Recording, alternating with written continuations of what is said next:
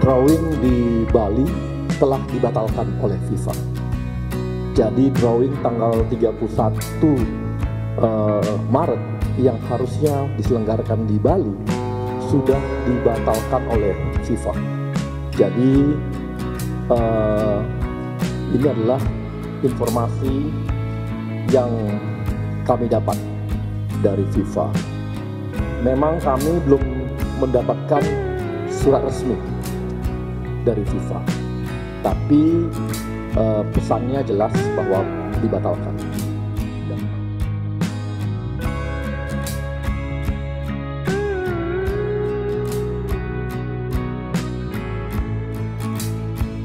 Assalamualaikum para pemirsa, jumpa lagi dengan saya di channel yang penuh paradoks ini.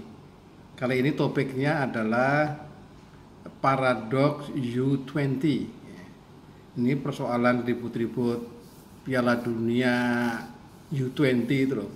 Piala Dunia untuk para pemain yang maksimal umurnya 20 tahun itu ya. Walaupun sudah banyak informasi dari berbagai pihak ya, tapi sampai detik saya buat catatan ini kayaknya masih banyak orang yang bingung tuh. Kenapa ribut-ribut? Kenapa dulunya kita berusaha mencari dukungan untuk tuan rumah Piala Dunia itu sedemikian rupa, setelah dapat lalu kita melepehnya kan gitu kira-kira. Jadi paradoksnya di situ. Di satu hal memperjuangkan untuk dapat status tuan rumah itu tidak mudah, tetapi di hal lain kita atau nyatanya terpaksa kita lepaskan. Kita mulai saja dengan cerita yang sesungguhnya upaya untuk memperoleh status tuan rumah itu sejak kapan ya? Yaitu sejak tahun 2019 Oktober tepatnya di Shanghai, yang kita bersaing dengan Peru dan kalau nggak salah Brasil ya, ada 3 lah gitu. Nah, alhamdulillah kita nyatanya disetujui untuk menjadi tuan rumah Piala Dunia U20 oleh komite yang mengurusi tentang tuan rumah FIFA, suatu lembaga dunia tentang persepak bolaan.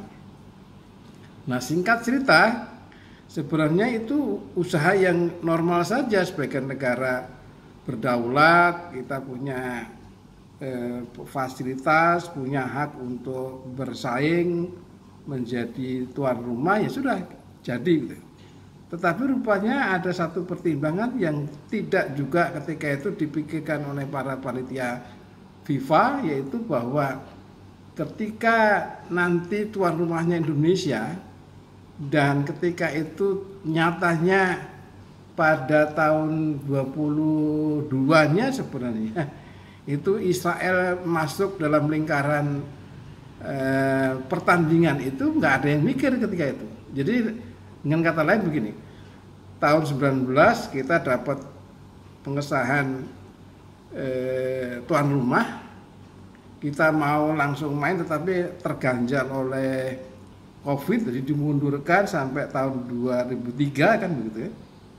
Nah, tahun 2002-nya Israel itu nyatanya memenangkan rangkaian pertandingan yang lalu dia masuk di pertandingan final Piala Dunia yang rencananya akan diselenggarakan pada bulan depan sampai Juni di Bali rencananya. Nah, ketika kemenangan atau ketika tiket Israel itu diperoleh untuk ikut Piala Dunia U20, maka ketika itu juga sebenarnya persoalan pusing-pusing ini sudah dimulai ya. Karena terjadi paradoks di situ. Kalau kita menerima sebagai bagian dari pertandingan, maka kita harus menyiapkan seperangkat atribut tentang keisraelan, apalagi kalau nanti Israel yang menang di dalam Piala Dunia itu. Harus ada lagu kebangsaan, harus ada bendera dan sebagainya. Nah, sementara kita tidak punya hubungan diplomatik dengan mereka dan ada sejumlah ketentuan keputusan pemerintah yang melarang itu, sehingga di sinilah letak permulaan dari paradoks itu. Nah, kenyataannya pada tahun 2003 bulan lalu itu Pak Koster sebagai Gubernur Bali yang akan menjadi tuan rumah itu menyatakan menolak lebih dulu karena alasan adanya Israel di situ. Nah, secara sedemikian rupa yang menyedihkan itu ikut-ikutan Pak Ganjar ikut menyatakan menolak Piala Dunia itu. Ya, akhirnya lalu menjadi bingung sedemikian rupa, lalu Pak Presiden menengahi, kemudian mengirimkan Pak Erick Thohir untuk nego supaya ya sudah, kita harus bisa memisahkan antara olahraga dan politik. Tetapi kan pada kenyataannya Piala Dunia U20 ini dibatalkan. Lalu persoalannya apa? Persoalannya adalah bahwa di dalam negeri itu ada satu kebingungan akibat paradoks ini. Yang kira-kira ininya begini. Kalau dilihat dari polaritas politik dalam negeri yang terdiri dari kaum nasionalis dan Islamisnya, maka seharusnya kaum Islam, ya kelompok Islam yang belakangan didukung oleh Amerika dan Amerika itu adalah pendukungnya Israel, maka dia harus bunyi untuk untuk mempertahankan posisi kita sebagai tuan rumah. Artinya harus mendukung kehadiran Israel. Tetapi nyatanya tidak, dan justru yang menolak itu orang-orang yang kelompok dari kaum nasionalis yang sesungguhnya tidak begitu peduli amat, walaupun Pak Ganjar ketika itu alasannya adalah karena prinsip Soekarnoisme, menolak kolonialisme, menolak penindasan dan seterusnya itu. Tetapi terasa aneh. Nah, apapun yang terjadi dalam hal paradoks U20 ini, maka banyak orang yang dirugikan. Yang pertama adalah ya penyelenggara persiapannya yang katanya sudah menelan sekian triliun gitu dalam hal penyiapan fasilitas infrastrukturnya. Ya, walaupun itu tidak hilang, memang kita bisa menggunakan yang lain. Tapi yang jelas pihak yang sangat dramatis merasa kehilangan adalah para UMKM.